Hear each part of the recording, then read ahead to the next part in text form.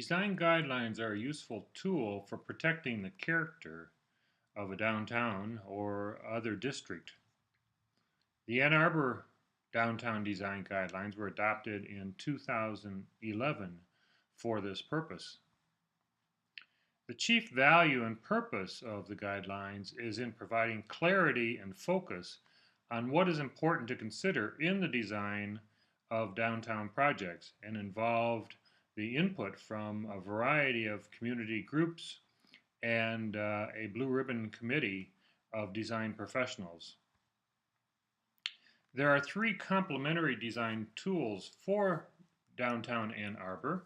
The first, of course, is a zoning ordinance that addresses issues such as height and use and floor area, setbacks, quantitative issues. The Historic District Design Guidelines are utilized whenever there is an area of the city that has historic character and is controlled by the Historic District Commission. And the Downtown Design Guidelines are for areas outside of the historic districts that give some control over design aspects of those areas of the downtown. The guidelines for Ann Arbor are arranged into three levels: the larger context and site planning of a structure, the building itself, and then the elements of the building in three separate chapters. Here's an example of a guideline for context and site planning: pedestrian walkways. The pedestrian walkways that connect structures together in the downtown should be well integrated with the existing infrastructure in a way that supports pedestrian connections within and outside the areas of the proposed project. Here's an example guideline for the building itself, as shown with these photos. When a new building will be larger than surrounding structures, it should be visually divided into smaller building modules, as we see in the top structure with the building on the right, to provide a sense of scale with the existing streetscape.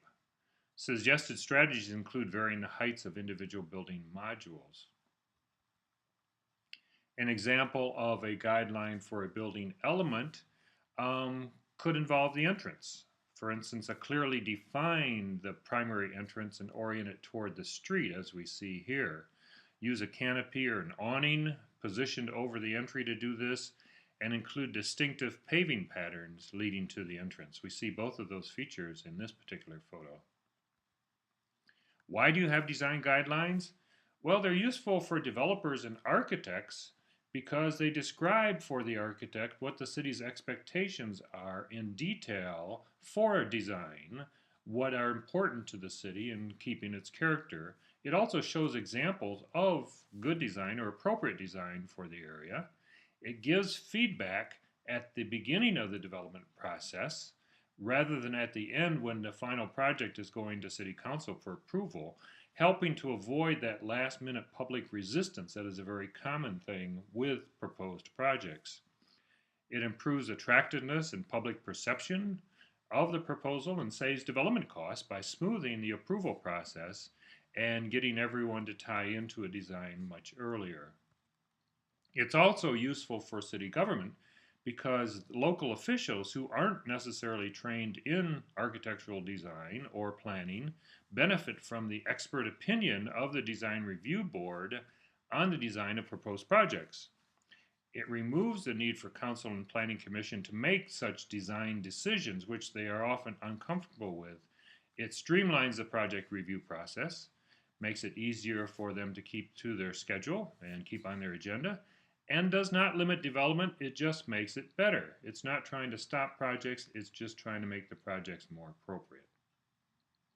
It's also useful for the public because it educates the public on what is good design as established by the design professionals. It develops awareness of when a project is poorly designed, and also the Design Review Board, which reviews proposals at an early stage, serves as an advocate for city beautification. The design guidelines really rely very much on the Design Review Board, and the people that are selected to serve on the Design Review Board should be trained in design, architectural design. So the success of the design guidelines rests with a well-functioning design review board whose members have design expertise and whose advice will be respected and not ignored.